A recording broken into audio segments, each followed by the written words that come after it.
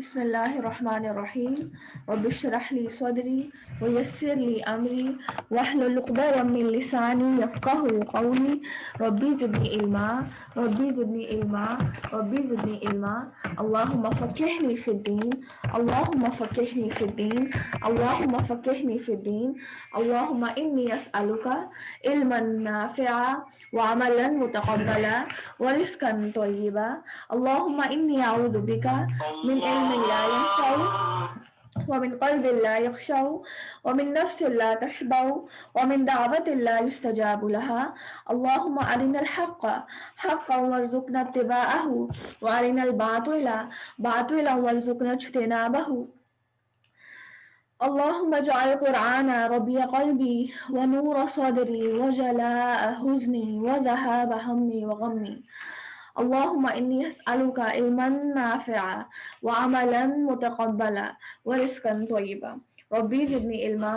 ربي زدني علما ربي زدني علما بسم الله الرحمن الرحیم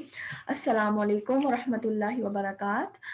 آج ہم انشاءاللہ تعالیٰ سورہ مائدہ کی آیت نمبر 41 سے لے کر 50 تک کریں گے،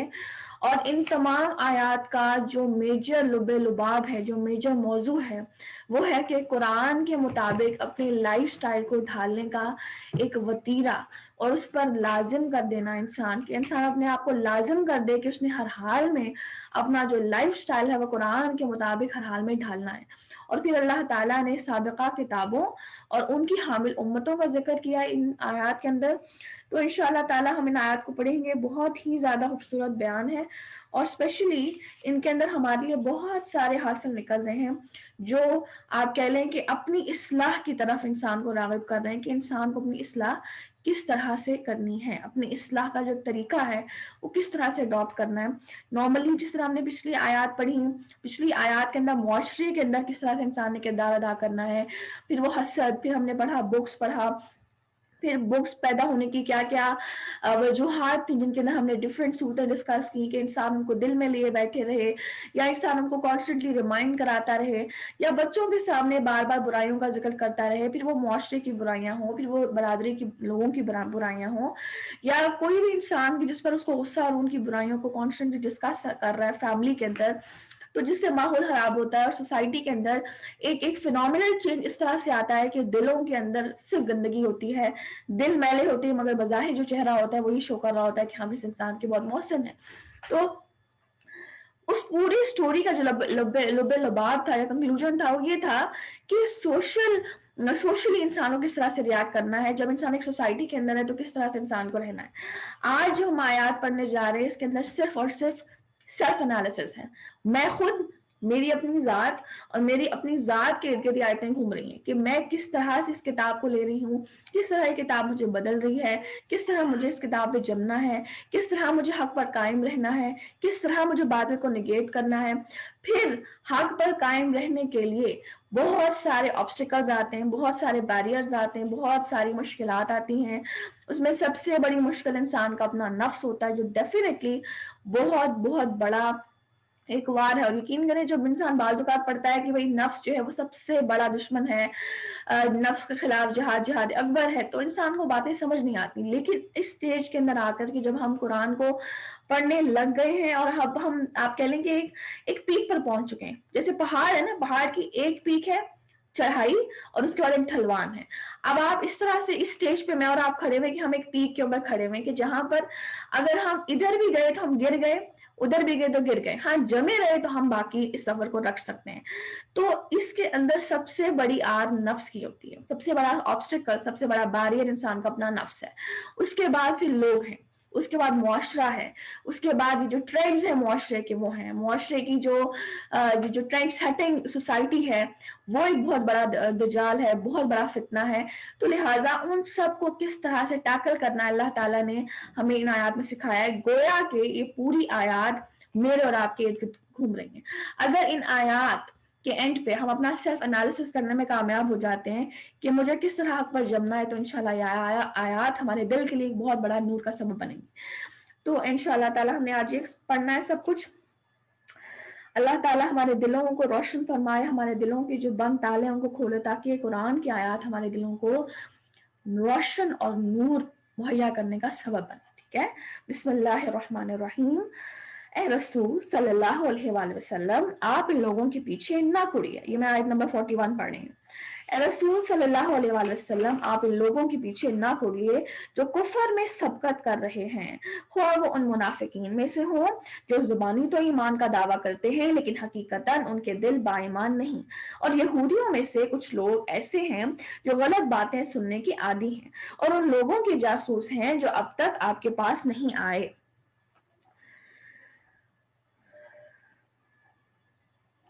وہ کلمات کے اصلی موقع کو چھوڑ کر انہیں متغیر کر دیتے ہیں اور کہتے ہیں کہ اگر تم یہی حکم دیے جاؤ تو قبول کر لینا اور اگر یہ حکم نہ دیے جاؤ تو الگ تھلگ رہنا، اور جس کا خراب کرنا اللہ تعالیٰ کو منظور ہو تو آپ اس کے لیے خدائی ہدایات میں سے کسی چیز کے مختار نہیں، اور اللہ تعالیٰ کا ارادہ ان کے دلوں کو پاک کرنے کا نہیں، ان کے لیے دنیا میں بھی بڑی ذلت اور رسوائی ہے اور آخرت میں بھی ان کے لیے بڑی ہی سزا تیار کر رکھی ہے. تو یہ جو آیات ہیں آیت نمبر 41 سے لے کر آیت نمبر 44 تک کی خاص پس منظر کے اندر نازل ہوئی ہیں. ایک خاص بیک گراؤنڈ ہے ان کا جس کو ہم ہسٹوریکل بیک گراؤنڈ کہتے ہیں، جس کو ہم پس منظر کہتے ہیں، وہ میں آپ کو بعد میں بتاؤں گی. پہلے ہم اس آیت کی ڈیپتھ میں جاتے ہیں کہ آیت مجھے اور آپ کو سکھا کیا رہی ہے. اس آیت کے اندر بہت سارے پہلو نکل رہے ہیں، ہم سٹیپ بائی سٹیپ چلیں گے. سب سے پہلے نبی صلی اللہ علیہ وسلم کو یہ بات بتائی جا رہی ہے کہ آپ ان لوگوں کے بارے میں اپنے آپ کو نہ تنگ کریں، اپنے آپ کو نہ اذیت دیں، اپنے آپ کو نہ کوڑیں. تو گویا کہ یہ بات آپ کے سامنے پہلے بھی ڈسکس کی گئی تھی کہ نبی صلی اللہ علیہ وسلم بہت زیادہ کوڑا کرتے تھے، بہت زیادہ پریشان ہوا کرتے تھے جب کوئی شخص ایمان نہیں لاتا تھا یا جب کوئی شخص انکار کرتا تھا. تو لہٰذا یہ چیز ہم نے ڈسکس کی کہ یہ بات طے ہے کہ ایک مخلص جو دائی ہوتا ہے، ایک مخلص دین سکھانے والا، وہ ہمیشہ اپنے دل میں ایک چبھن رکھتا ہے، اپنے دل میں ایک کڑن پن رکھتا ہے. اس کو ہمیشہ تنگی رہتی ہے کہ وہ فلاں شخص جو ہے وہ جو میرے ایک ریوڑ کے اندر شامل ہے اور وہ شخص اس طرح سے ایکٹیو نہیں ہے، اور فلاں شخص جو ہے وہ حق کو قبول کر رہا ہے اور فلاں قبول نہیں کر رہا. یعنی کہ بڑا ہی ویجیلنٹ ہوتا ہے. جیسے نبی صلی اللہ علیہ وسلم کے ہاں یہ تھا کہ نبی صلی اللہ علیہ وسلم کے ہاں جب ان کی مجلس میں لوگ آتے تھے تو بہت سارے لوگ صرف سوال کر کے، ان کے اندر اٹکل کر کے، ان کے اندر شک و شبہ پیدا کر کے، مذاق کر کے اٹھ جایا کرتے تھے. اور کچھ لوگ تھے کہ جو سمعنا وعدانا ان کی کیفیت تھی. اب یہ وہ لوگ جو اتنا زیادہ نبی صلی اللہ علیہ وسلم پر ٹائم کنزیوم کر رہے ہیں، سوالات کی کثرت کر رہے ہیں، لیکن اس کے باوجود وہ اسلام قبول نہیں کر رہے. تو اس کے اندر کیا ہوتا تھا کہ نبی صلی اللہ علیہ وسلم بہت زیادہ کڑتے تھے کہ گویا کہ یہ کیوں نہیں اسلام قبول کر رہے. تو لہٰذا یہاں پہ ان لوگوں کی کیفیت بتائی جا رہی ہے کہ وہ کون سی دو کیٹیگریز ہیں کہ جو اسلام قبول نہیں کر پاتی، وہ آگے ہم ڈسکس کرتے ہیں. تو یہاں بھی نبی صلی اللہ علیہ وسلم کی کیفیت کو دیکھ کر پھر اللہ تعالیٰ نے نبی صلی اللہ علیہ وسلم کو تسلی دی کہ آپ اپنے آپ کو نہ کڑنے دیں، آپ اپنے آپ کو مت جلائیں، اپنے آپ کو اذیت مت دیں کہ جو کفر میں سبقت کر رہے ہیں، جو کفر میں آگے آگے بڑھ رہے ہیں. تو کفر میں آگے آگے کون سے دو گروہ بڑھ رہے ہیں؟ ایک منافقین ہیں، ایک یہودی ہیں، جن کا ذکر یہاں پہ ہے. پہلا وہ گروہ، اب پہلے یہودی آنا چاہیے تھا. ٹیکنیکلی اگر انسان سوچے کہ ہمارے ہاں بھی ورسٹ جو ہیومن بینگز ہیں، ہمیں لگتا ہے کہ یہودی سب سے ورسٹ ہیں، پھر کرسچنز ہیں، پھر ہم مسلمانوں میں جو ڈبل فیسڈ انسان ہے وہ اس تھرڈ کیٹیگری میں آتے ہیں. لیکن اللہ تعالیٰ نے جب ایسا انسان جو کفر میں آگے بڑھ رہا ہے، جب ان لوگوں کو کیٹیگرائز کرنے لگے تو اللہ تعالیٰ نے پہلے منافقین کا ذکر کیا، اس کے بعد اللہ تعالیٰ نے یہودیوں کا ذکر کیا. تو گویا کہ اللہ تعالیٰ کے ہاں سب سے زیادہ ورسٹ انسان وہ ہے کہ جو زبان سے ایمان کا اقرار کر رہا ہے مگر اس کے دل میں وہ تڑپ، وہ جذبہ بالکل نہیں. اس کے دل میں ایمان کی وہ تڑپ، وہ لگن، وہ شور ہے ہی نہیں، وہ عمل کرنا ہی نہیں چاہتا، وہ اسلام کے مطابق زندگی گزارنا ہی نہیں چاہتا. مگر زبان ہے کہ چپ ہونے کا نام نہیں لیتی، زبان میں بڑے بڑے کلیمز ہیں مگر دل عمل سے خالی ہے، دل کے اندر وہ جذبہ نہیں ہے اور عمل میں وہ چیز دکھائی نہیں دیتی. تو اللہ تعالیٰ کے ہاں یہ لوگ سب سے زیادہ ورسٹ ہیں. تو اللہ تعالیٰ نے، آپ دیکھ لیں آیت کی نا ہر پورشن پہ غور کرنا سیکھنا ہے. ہم نے ہر آیت پہ، اسی کو کہتے ہیں غور و فکر، اور اللہ تعالیٰ نے کہا ہے کہ غور و فکر کرنے والوں کے لیے نشانیاں ہیں. تو کانٹمپلیشن جو ہے نا وہ آپ کو بہت زیادہ آگے تک لے کے جاتی ہے. غور و فکر انسان کرنا سیکھتا ہے تو انسان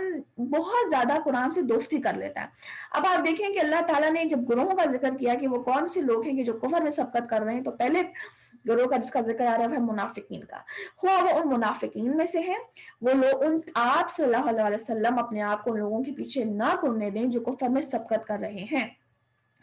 خواہ وہ ان منافقین میں سے ہوں جو زبانی تو ایمان کا دعویٰ کرتے ہیں لیکن حقیقتاً ان کے دل ایمان سے خالی ہیں۔ تو گویا کہ یہاں پہ ایک بہت بڑا ایلیمنٹ ہائی لائٹ ہوتا ہے کہ جو ایمان کا دار المدار ہے وہ سارا کا سارا دل کی حالت پہ ہے۔ جو عمل ہم کر رہے ہیں نا، میں اور آپ جو عمل کر رہے ہیں، ہم کلاسز لے رہے ہیں، ہم ریچولز ادا کر رہے ہیں، جس میں نماز ہے، جس میں روزہ ہے، جس میں زکاتیں ہیں، جس میں صدقات ہیں، یہ سمبلز ہیں، یہ سمبلز ہیں۔ اصل سارا کا سارا جو دار المدار ہے ایمان کا، وہ دل کی حالت کے اوپر ہے، دل کی کیفیت کے اوپر ہے۔ اس وقت اور ہمیشہ دن کے باقی معاملات کے اندر، دن کے باقی حصوں میں میرے اور آپ کی دل کی کیا کیفیت ہوتی ہے، دل کی کیفیت کا جائزہ لینا ہم نے سیکھنا ہے، اس پر ایکسپرٹائز اپنے آپ کو کرنا ہے، کیونکہ دل کی جو حالت ہے وہ ایمان کو ڈیفائن کرتی ہے، اور جو ظاہری اعمال ہیں وہ صرف اور صرف سمبلز ہیں۔ تو گویا کہ یہاں پہ اللہ تعالیٰ نے منافقین کو ہائی لائٹ کیا ہے کہ زبانی تو ایمان کے بڑے بڑے دعوے کرتے ہیں مگر حقیقتاً ان کے دل ایمان سے خالی ہے۔ اور یہودیوں میں سے بھی، اب منافقین کا ذکر کرنے کے بعد یہودیوں کا ذکر آ رہا ہے، اور یہودیوں میں سے کچھ لوگ ایسے ہیں جو غلط باتیں سننے کے عادی ہیں۔ اب یہاں پر پہلا آپ کو بات سمجھ میں آ گئی، ہم نے ابھی تک 2 لیسن سیکھے ہیں، انشاءاللہ میں جب آیت پوری کمپلیٹ کر لوں گی ان کو میں کنکلوڈ کروں گی۔ اب تیسری یہاں پر بات یہ ہائی لائٹ ہو رہی ہے کہ مغضوب جو گروہ ہے، وہ گروہ کہ جس کے اوپر اللہ تعالیٰ کی لعنت ہوئی، اور وہ گروہ کہ جس کے اوپر اللہ تعالیٰ کا بے شمار غضب نازل ہوا، اس گروہ کی کیا صفات ہیں؟ سب سے پہلی صفت کہ ہم سورہ فاتحہ کے اندر ہر نماز میں، ہر رکعت میں اس مغضوب گروہ سے پناہ مانگتے ہیں کہ یا اللہ ہمیں ہرگز ان لوگوں کا راستہ مت دکھانا جو مغضوب ہوئے اور ضالین ہوئے، غیر المغضوب علیہم ولا الضالین۔ تو مغضوب گروہ کون سا ہے، اس گروہ کی خصوصیات کیا ہیں، ان کو جب ہم سمجھیں گے تو وہ قرآن کی جو آیت ہے، جو سورہ فاتحہ کی آیت ہے، وہ ہم بہتر طریقے سے سمجھ آئے گی۔ تو یہاں پر سب سے پہلی صفت یہ آ رہی ہے، قرآن آپ سب کے ہاتھوں میں انشور ہوگا، اب قرآن کی آیت کا جو پورشن میں پڑھتی جاؤں آپ اس کے بعد نمبرنگ ڈالتے جائیں، کیونکہ یہاں پہ کچھ صفات کا ذکر ہے وہ ہمارے سامنے ہونی چاہیے۔ سماعون للکذب سماعون، کہ یہ وہ لوگ ہیں کہ جو جھوٹی باتوں کو سننے کے عادی ہیں۔ تو سب سے پہلی چیز کہ وہ لوگ ہیں جو جھوٹ کی بہت زیادہ رغبت رکھتے ہیں، جھوٹ کو سننے کی، جھوٹ کو قبول کرنے کی، اور جھوٹ بولنے کی۔ یہ 3 چیزیں ہیں، جھوٹ کو سننا، یا پھر جھوٹ کو بولنا، یا جھوٹ کو قبول کر لینا۔ آپ ایک چیز کو سنیں گے تو قبول کریں گے نا، ایک انسان سن ہی نہیں رہا تو وہ کیسے قبول کرے گا؟ تو اس لیے جھوٹ کو سننے والا وہ بھی گویا کہ ویسا کہ جو جھوٹ کو قبول کر رہا ہے، اور جھوٹ کو بولنے والا، یہ وہ دونوں لوگ ہیں کہ جو مغضوب کی کیٹیگری میں آتے ہیں، مغضوب لوگوں کی کیٹیگری میں آتے ہیں، کہ جن کے اوپر اللہ تعالیٰ کی لعنت برستی ہے، اور یہ وہ لوگ ہیں کہ جن کے اوپر اللہ تعالیٰ کا بے شمار غضب نازل ہوا۔ تو اس کے بارے میں کیا آ رہا ہے کہ یہ وہ لوگ ہیں کہ جھوٹ کی طرف بہت زیادہ رغبت رکھتے ہیں، بہت ذوق و شوق سے سنتے ہیں، جھوٹ کو مزے لے لے کر سنتے ہیں۔ تو لہٰذا اس کے بارے میں حدیث میں آتا ہے کہ حدیث میں آپ صلی اللہ علیہ وسلم نے جھوٹ کو ام الحبائس کہا گیا، ام الحبائس کا نام دیا گیا جھوٹ کو۔ تو لہٰذا اس کے بارے میں ایک اور بڑی، کیونکہ جھوٹ بہت ساری برائیوں کا دروازہ کھولتا ہے۔ ایک شخص آپ صلی اللہ علیہ وسلم کے پاس آیا، اس نے کہا کہ میں چوری بھی کرتا ہوں، میں زنا بھی کرتا ہوں، میں شراب بھی پیتا ہوں، آپ مجھے بتائیں کہ میں ان برائیوں سے کیسے بچوں۔ تو اس وقت پھر آپ صلی اللہ علیہ وسلم نے فرمایا کہ تم بس صرف جھوٹ چھوڑ دو۔ تو اس وقت اس نے سوچا ہوگا کہ جھوٹ چھوڑنے سے جھوٹ کا ان سب برائیوں سے کیا تعلق ہے، لیکن اگلے دن جب وہ گیا اس نے کہا ٹھیک ہے بہت آسان ہے، میں جھوٹ چھوڑ دوں گا۔ اگلے دن جب گیا، جب زنا کی باری آئی، جب کرنے لگا، تو فوراً اس نے کہا کہ اگلے دن نبی صلی اللہ علیہ وسلم مجھ سے پوچھیں گے، میں کیا جواب دوں گا، لہٰذا اگر میں نے نہ کہا تو وہ تو جھوٹ ہوگا، اور جھوٹ سے تو مجھے منع کیا گیا ہے، تو لہٰذا اس نے اس کام کو روک دیا۔ پھر جب چوری کے لیے گیا، سیم تھاٹ اس کے ذہن میں آئی جس نے اس کو چوری سے ریزسٹ کیا۔ اسی طرح جب وہ شراب کے لیے گیا، سیم تھاٹ اس کے ذہن میں آئی اور اس نے اس کو ریزسٹ کیا۔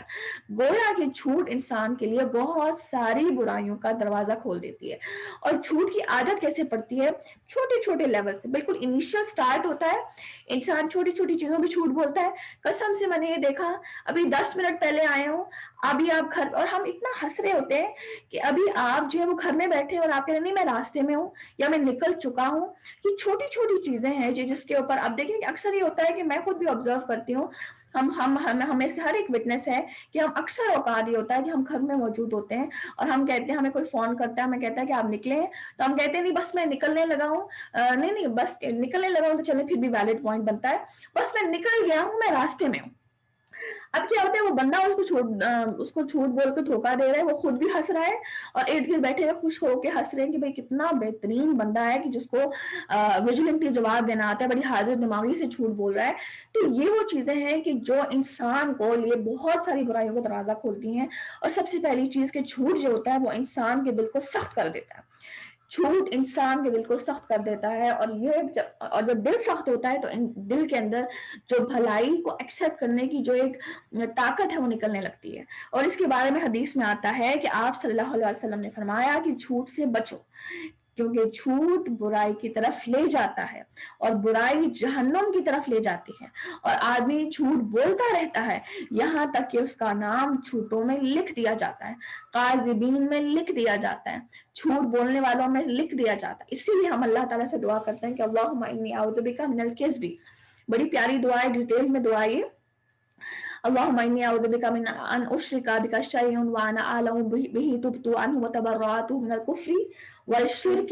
والکذب والغیبۃ والبدعۃ والنمیمۃ والفواحش والبہتان والمعاصی، یعنی جتنی بھی برائیں آگے کنٹینیو ہوتی ہے، دعا بڑی پیاری دعا ہے، انشاءاللہ مجھے یاد رہتی ہے، بلکہ یہ تو کلمہ ہے، 5واں کلمہ ہے، لیکن کلمہ تو چلے ہے یہ، لیکن یہ بہت پیاری دعا ہے، یہ جو دعا مجھے اور آپ کو ہر دن مانگنی ہے، اور یہ تمام وہ برائیاں ہیں جو میرے اور اپنے آپ کے دل کے اندر ہیں، یہ دل کی بیماریاں ہیں، تو لہٰذا اس کے اندر جھوٹ سے بھی پناہ مانگی گئی ہے کہ جھوٹ انسان کے اندر انٹینشنلی یا ان انٹینشنلی داخل ہو جاتا ہے، اور جب ایک انسان کو عادت پڑ جاتی ہے جھوٹ بولنے کی تو یہ وہ انسان ہے کہ جو پکا جھوٹا بن جاتا ہے، اور پھر ایک لیول آتا ہے کہ وہ انسان سچ بھی بول رہا ہے نا تو یقین کریں اس کی بات پہ یقین نہیں آتا۔ کتنے لوگ ہیں کہ جن کو عادت پڑ جاتی ہے چھوٹی چھوٹی باتوں میں جھوٹ بولنے کی، خود سے باتوں کو شامل کرنے کی، باتوں کو ایگزیجوریٹ کرنے کی، باتوں کو بڑھا چڑھا کر بیان کرنے کی، مرچ مسالہ لگانے کی، اب یہ سب جھوٹ کی صورتیں ہیں۔ تو اب ایسا انسان جب کبھی آپ کو واقعی میں سچی بات بتا رہا ہو اور واقعی میں اس کیفیت کا اظہار کر رہا ہو جس کے اوپر گزر رہی ہے، تو لگ رہا ہوتا ہے ابھی بھی ایگزیجوریشن کر رہا ہوگا، ابھی بھی یہ کچھ ایڈیشن کر رہا ہوگا، ابھی بھی یہ جھوٹ بول رہا ہے، اس کی بات پہ یقین نہیں آتا۔ تو یہ وہ انسان ہے کہ جس کی شخصیت انتہائی بے اعتباری ہو جاتی ہے، اور اس کا وقار، اس کی عزت انسانوں کے دلوں سے نکل جاتی ہے۔ یہ تو دنیاوی عذاب ہے، اور قیامت کے دن عذاب کیا ہوگا کہ یہ انسان جہنم میں جلایا جائے گا، اور جھوٹ منافقت کی صفت ہے۔ اب یہ وہ لوگ ہیں جو جھوٹ سننے کے عادی ہیں۔ اب جھوٹ میں اور کون کون سی چیزیں شامل ہیں؟ اگر ہم بات کریں اس موضوع گروہ کی تو یہ اپنے علماء کی باتوں کو سننے کے عادی تھے۔ ان کے علماء نے کیا کیا کہ کتاب جو تھی ان کی کتاب تورات کے اندر نبی صلی اللہ علیہ وسلم کی جو بھی آیات واضح بیان کی گئی تھی، انہوں نے ان آیات کو عام میسج سے، پبلک سے چھپا دیا۔ اسی طرح نبی اسلام کی جو رسالت کی آیات تھی اور قرآن کی جو آنے کی دلیل تھی ان سب کو مٹا دیا، کتنی ساری سزائیں جو ان کے خلاف جا رہی تھی ان کو مٹا دیا، عام پبلک سے وہ سب چیزیں چھپی ہوئی تھی اور پبلک ان کو قبول کر رہی تھی۔ جھوٹ کیا ہے؟ جھوٹ کو بولنا، جھوٹ کو قبول کرنا، جھوٹ کو سننا، عام پبلک نے ان کو قبول کر لیا، تو گویا کہ پبلک میں اس میں شامل ہے اور وہ علماء بھی اس جھوٹ میں شامل ہیں۔ تو جہاں بھی جھوٹ میں وہ بھی چیز شامل ہو جاتی ہے، وہ بھی چیز آ جاتی ہے۔ جھوٹ کی نا میں آپ کے سامنے شاخیں کھول رہی ہوں۔ سب سے پہلا جھوٹ میں ہم نے کیا پڑھا، اس کے بعد جھوٹ کی دوسری شاخ کیا ہے جو لٹرلی آیت کے اندر ڈسکس ہو رہی ہے کہ علماء کا جھوٹ جو انہوں نے پبلک سے بولا۔ اب ایک اور جھوٹ کی شاخ کھل رہی ہے۔ ایک اور جھوٹ کی شاخ یہ ہے کہ ہر وہ چیز جو سچائی کے اگینسٹ ہے،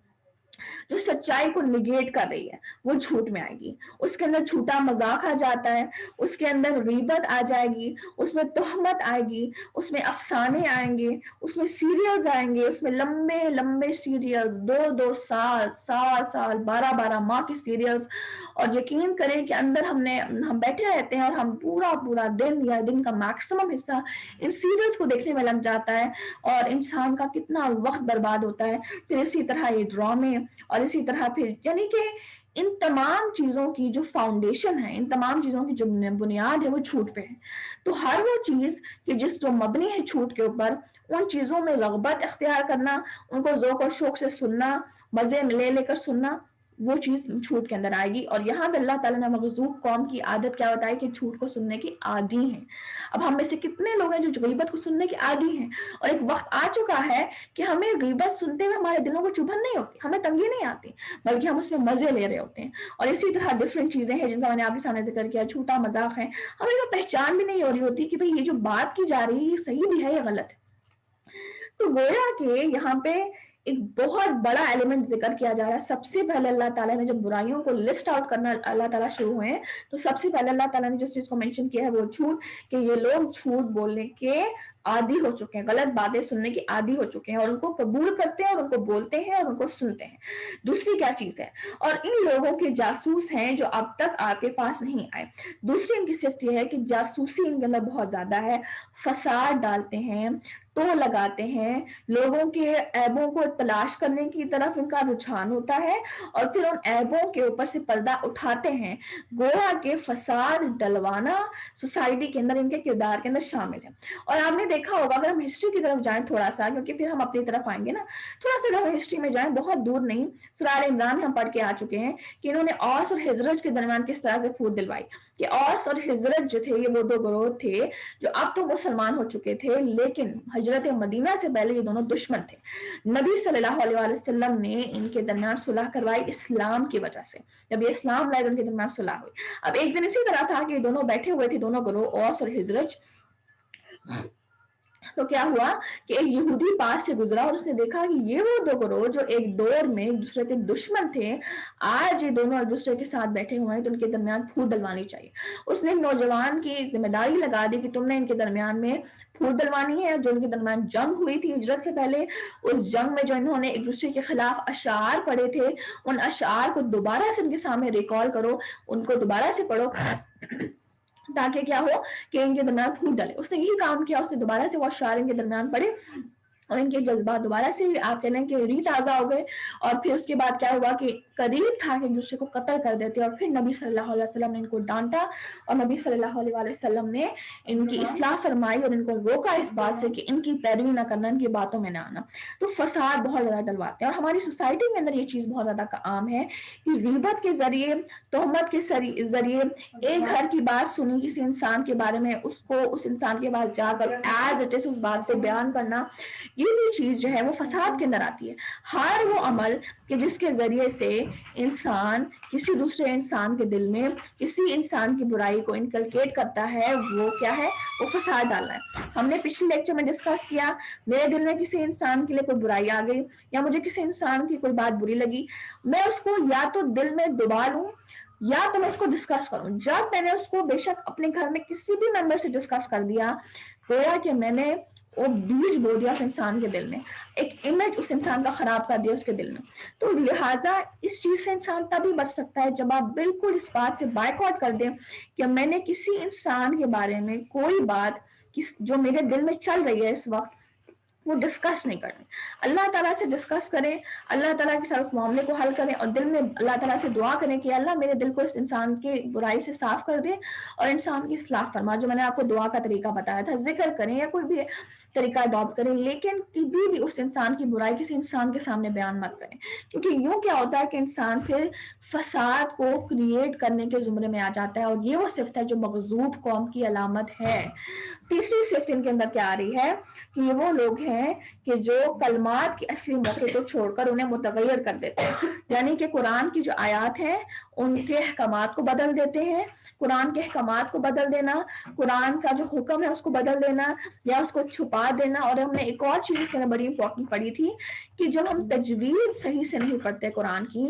ابھی قرآن کا مطلب مکمل طور پر ڈسٹارٹ ہو جاتا ہے, مکمل طور پر بکھر جاتا ہے, مکمل طور پر چینج ہو جاتا ہے. تو ہمارے لیے ایک بہت بڑا لیسن یہ ہے کہ جب بھی ہم قرآن کو پڑھیں تو بڑا ہی ویجیلنٹلی پڑھیں, بڑا ہی غور و فکر سے پڑھیں, بے دہانی میں نہ پڑھیں, تاکہ کوئی بھی لفظ ادھر سے ادھر نہ جائے اور کسی بھی لفظ میں زبان رول نہ ہونے پائے, اور ہر لفظ بالکل اس کے حق کے مطابق کلیئرلی جو ہے وہ ادا ہو. تو لہٰذا یہ لوگ کیا کرتے ہیں, تیسری چیز میں آتا ہے یہ لوگ قرآن کو یا اپنی کتاب کو اس کی جگہ سے پھیر دیتے ہیں. تو ان کے بارے میں کیا آ رہا ہے, کہتے ہیں کہ اگر تم یہی حکم دیے جاؤ تو قبول کر لینا, اور اگر یہ حکم نہ دیے جاؤ تو الگ تھلگ رہنا. یعنی کہ انہوں نے اپنی جو سزائیں تھیں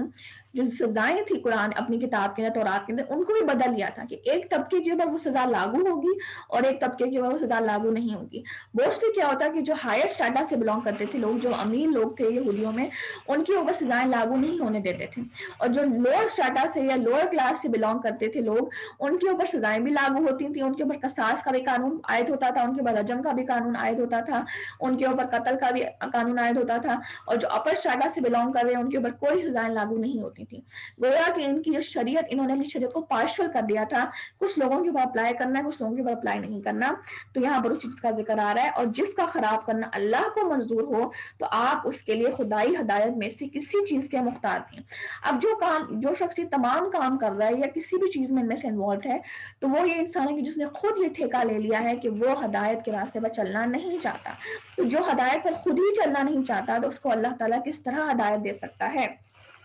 کون کون سی چیز؟ جھوٹ, دوسری چیز جاسوسی, تہمت, غیبت, لوگوں کے اندر دوسروں کے دلوں کو لوگوں کے دلوں کو دوسرے انسانوں کے لیے کھٹا کرنا, خراب کرنا, ایسی باتیں کرنا کہ لوگوں کے دل دوسرے انسانوں کے لیے خراب ہو, اور تیسری یہ چیز کہ کتاب کو, اس کی کتاب کی جو کلمات ہیں ان کو ان کی جگہ سے بدل دینا. تو اللہ تعالیٰ کا ارادہ ہے کہ ان کے دلوں کو پاک کرنے کا نہیں ہے, ان کے لیے دنیا میں بھی بڑی ذلت ہے اور رسوائی ہے, اور آخرت میں بھی ان کے لیے بڑی سزا ہے. اور آپ نے صرف اور صرف ایک غور و فکر کی نگاہ سے, غور و فکر کی نیت سے دیکھنا ہے کہ معاشرے میں ہر وہ انسان کہ جس کے اندر یہ تین خصوصیات پائی جاتی ہیں, بہت زیادہ جھوٹ بولتا ہے, چھوٹی چھوٹی جھوٹ, یہ نہیں ہوتا کہ بڑے بڑے جھوٹ بولے قسمیں کھائیں, چھوٹے چھوٹے لیول پہ آپ نے کھایا اور آپ نے کہا میں نے تو نہیں کھایا, آپ نے اٹھایا اور میں نے نہیں اٹھایا, بچوں کے ساتھ جھوٹ بول رہے ہیں, چھوٹی چھوٹی باتوں میں جھوٹ بول رہے ہیں, شوہر بیوی کے ساتھ بول رہا ہے, بیوی شوہر کے ساتھ بول رہی ہے, پھر بچے جھوٹ بول رہے ہیں اور ان کو اس پہ روکا نہیں جا رہا. تو یہ چھوٹی چھوٹی چیزیں ہوتی ہیں جو انسان دیکھ رہا ہے. پھر اس کے بعد اس بندے کے اندر عادت ہوتی ہے کہ وہ ہر اپنی دل کی بات بڑھاس جو ہے وہ لوگوں کے سامنے نکال دیتا ہے, جس سے لوگوں کے دل دوسرے انسان کے لیے کھٹے ہو جاتے ہیں. اور ایک ہمیں بہت زیادہ عادت ہے, نہ جانے یہ چیز ہم بہت زیادہ بری ہے. آپ یقین کریں میں کبھی یہ نہیں چاہوں گی کہ جو برائیاں میرے اندر موجود ہیں میری موت کے بعد میرا نام لے کر اس برائی کو میرے ساتھ ایسوسیٹ کیا جائے. جو بھی برائی میرے اندر موجود ہے میں یہی خواہش کروں گی کہ میری موت کے ساتھ ان برائیوں کو دفن کر دیا جائے. جب بار بار میری موت کے بعد میری ان برائیوں کو ریپیٹ کیا جائے گا, یاد کیا جائے گا, ہمیں جویریہ کے اندر یہ چیز بڑی بہت زیادہ تھی,